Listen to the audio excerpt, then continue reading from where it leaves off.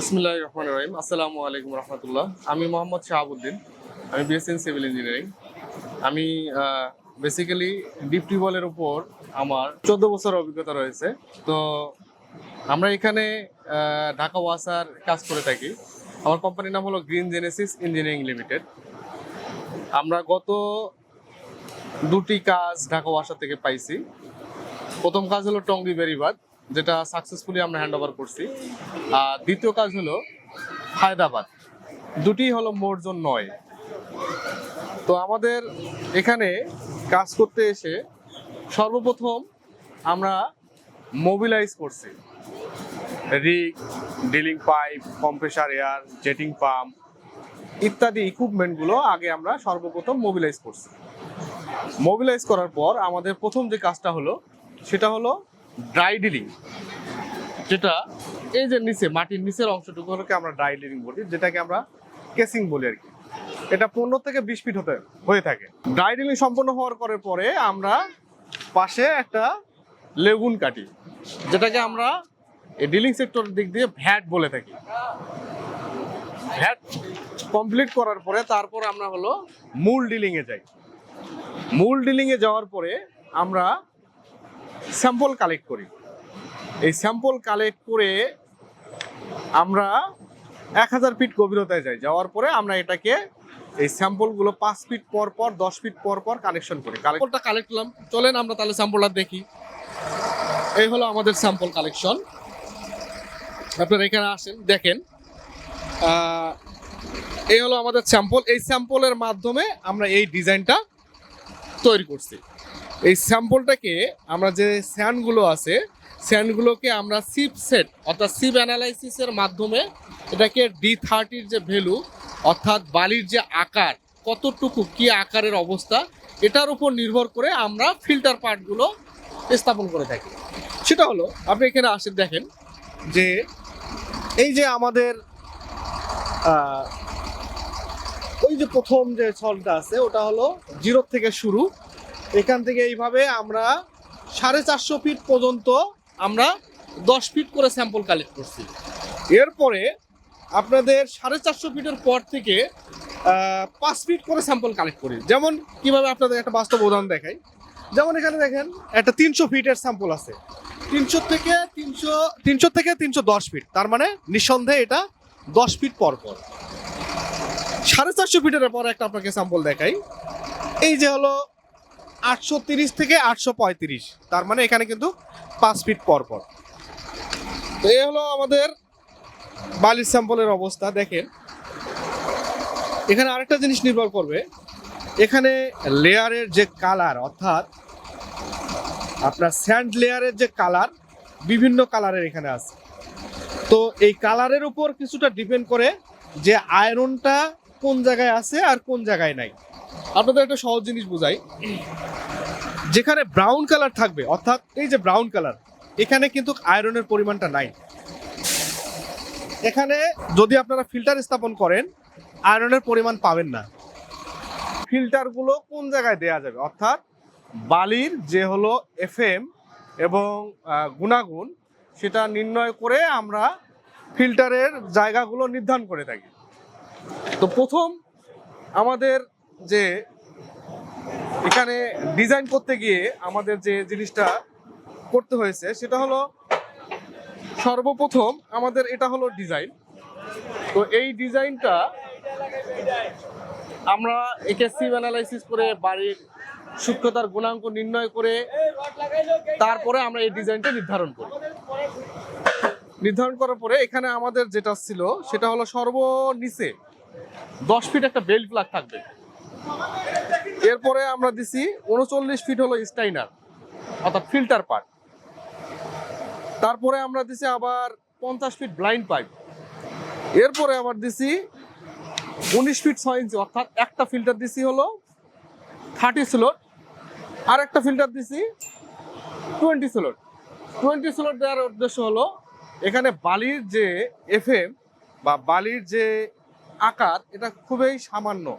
20 স্লটের মানটা খুবই কম আসছে বিধায় আমাদের এখানে 20 স্লটটা দেওয়া হয়েছে, যাতে বালিটা ফিল্টারের ভিতর দিয়ে পাস করতে না পারে। এরপরে আমরা দিছি হলো 145 ফিট ব্লাইন্ড, তারপরে দিছি আমার 20 স্লট হলো 19 ফিট 6 ইঞ্চি একটা ফিল্টার, এরপরে আবার দিছি 24 ফিট 7 ইঞ্চি ব্লাইন্ড, এরপরে দিছি 19 ফিট 6 ইঞ্চি ফিল্টার, তারপরে দিছি 45 ফিট ব্লাইন্ড, এরপরে দিছি 68 ফিট ফিল্টার। তার মানে অলমোস্ট এখানে আমাদের 185 ফুট 1 ইঞ্চি হলো আপনার স্টাইনার। এটা আপনার হলো 20 স্লট আছে হলো 58 ফিট 6 ইঞ্চি, আর 30 স্লট হলো 126 ফিট 8 ইঞ্চি। ব্লাইন্ড পাইপ হচ্ছে এখানে টোটাল আছে 270 ফিট, বেল ফ্ল্যাগ আছে 10 ফিট, আর টোটাল হাউজিং পার্টটা আছে হলো 450 ফিট। অর্থাৎ এই টিউবওয়েলটার আকার হলো 18 ইঞ্চি বাই 8 ইঞ্চি টিউবওয়েল, যেটার থেকে আমরা আশা করতেছি 3.5 কিউসেক পানি আমরা এখান থেকে উৎপাদন করতে পারবো। এখন আমাদের বর্তমান লোয়ারিং কাজ চলতেছে। এই লোয়ারিং কাজ মানে ডিলিং কাজ শেষ হওয়ার পরে সিভ অ্যানালাইসিস করে দেন ডিজাইন আমরা একটা দাঁড় করাইছি। এই ডিজাইন অনুযায়ী আমাদের এখানে লোয়ারিং চলতেছে। এই লোয়ারিং এর পরে যে ধাপ সেটা হলো আমরা লোয়ারিং কমপ্লিট করার পরে আমরা গ্রাভেল দেবো। নিঃসন্দেহে আমাদের পাশে হলো গ্রাভেল আছে, আপনারা চাইলে দেখতে পারবেন। গ্রাভেল আছে, গ্রাভেলটা দেখতে পারবেন। 4 পয়েন্টের এই টিউবওয়েল ফিক্সার যে লেন্থ আছে, ফিক্সার ম্যাটেরিয়ালগুলোর পাশ দিয়ে এই গ্রাভেলটা দেওয়া হয়, যাতে বালিগুলো আমাদের ফিল্টারের ভিতর দিয়ে পাসিং করতে না পারে। বালি দেওয়ার গ্রাভেল দেওয়ার পরে এই টিউবওয়েলটা আমরা ভিতরে ওয়াশ করব। এখানে যে ময়লা কাদা পানিটা আছে এই পানিটা আমরা কম্প্রেসার এয়ারের মাধ্যমে এটাকে আমরা বাইরে আউট করব। আউট করার পরে তারপর এটাকে আমরা হাই ভেলোসিটি ওয়াটার জেটিং এর মাধ্যমে এটাকে আমরা আবার জেটিংটা টিউবওয়েলটা ডেভেলপ করব। সেটা কিভাবে, এটা নিঃসন্দেহে আপনার প্রশ্ন জানতে পারে। এটা হলো আমাদের ফিল্টার। তো এই ফিল্টারটা আমরা যখন বালি দেব, এর সাইড দিয়ে পাথর দেব, পাথরের মাধ্যমে এই ফিল্টারটা আপনার হলো ল্যাপটে মানে হয়ে থাকবে। এই স্লটগুলোর ভিতরে ছোট ছোট যেগুলো ডাস্ট থাকবে সেগুলো এটার ভিতরে থাকবে। তখন হলো পানির যে যাওয়া আসার যে রাস্তাটা এটা বন্ধ হয়ে থাকবে। আর আমরা যখন ডিলিং করছি, ডিলিং করা অবস্থায় আমাদের একটা কেমিক্যাল ব্যবহার করা হয়েছে, সেটা হলো ব্যান্টোনাইট এবং সিএমসি। এর প্রধান কাজটা হলো যাতে মাটিটা ভেঙে না যায়। তার মানে কি, মাটিটা পাশে একটা ওয়ালের মতো একটা সৃষ্টি করবে।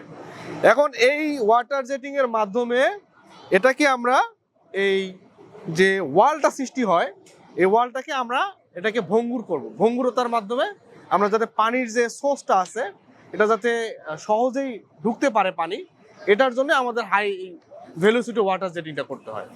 হাই ভেলোসিটি ওয়াটার জেটিং করার পরে দেন তারপর হলো আমরা টিউবওয়েলটা আবার ওয়াশ করব।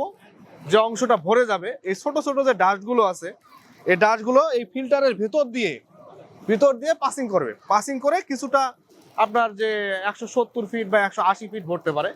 কম্প্রেসার এয়ারের মাধ্যমে এটাকে আমরা আবার আউট করব। আউট করার পর তারপর হলো আমরা এটাকে ডেভেলপ করব।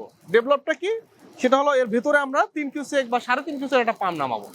পাম্প নামিয়ে এটাকে আমরা প্রথমে চালু করব। চালু করে যে প্রথমে যে ঘোলা পানিটা আসবে এই ঘোলা পানিটায় আমরা কি এটাকে দূরীকরণ করব। 4 ঘন্টা, 5 ঘন্টা, 6 ঘন্টা, 12 ঘন্টা পর্যন্ত লাগতে পারে। তারপর এটা আমরা আবার টেস্টিং করি। টেস্টিংটা কখন করা হয়, যখন আমাদের ঘোলা পানিটা বের হয়ে যায় সম্পূর্ণ, তারপরে এটাকে আমরা 10 ঘন্টা আবার টেস্টিং করি, যাতে আমাদের এই পানিটা পান করার উপযোগী হয়। টেস্টিং করার পর এই পানিটাকে আমরা টেস্ট করি ল্যাবে।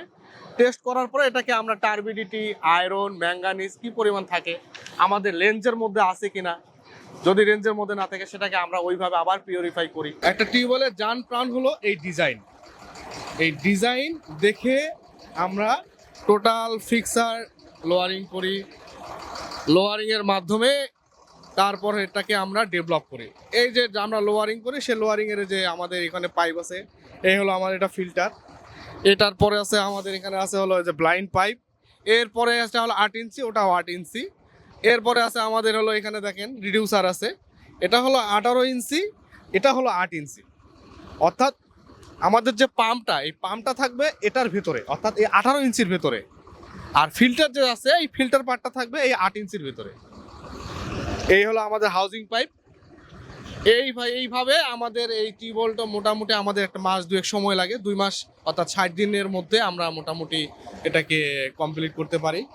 এরপরে আমরা প্রোডাকশনে যাই। প্রোডাকশনে এটা আমরা মোটামুটি আমাদের যে পূর্বের অভিজ্ঞতা থেকে আমরা 3.5 কিউসেক বা 4 কিউসেক পানি আমরা এটা উত্তোলন করতে পারি, যেটা আসলে একটা ঢাকা শহরের জন্য এটা খুবই একটা গুরুত্বপূর্ণ একটি অংশ হলো এই ডিপ টিউবওয়েল।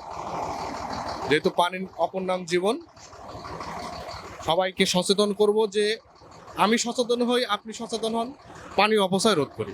ধন্যবাদ, ভালো থাকবেন, সুস্থ থাকবেন।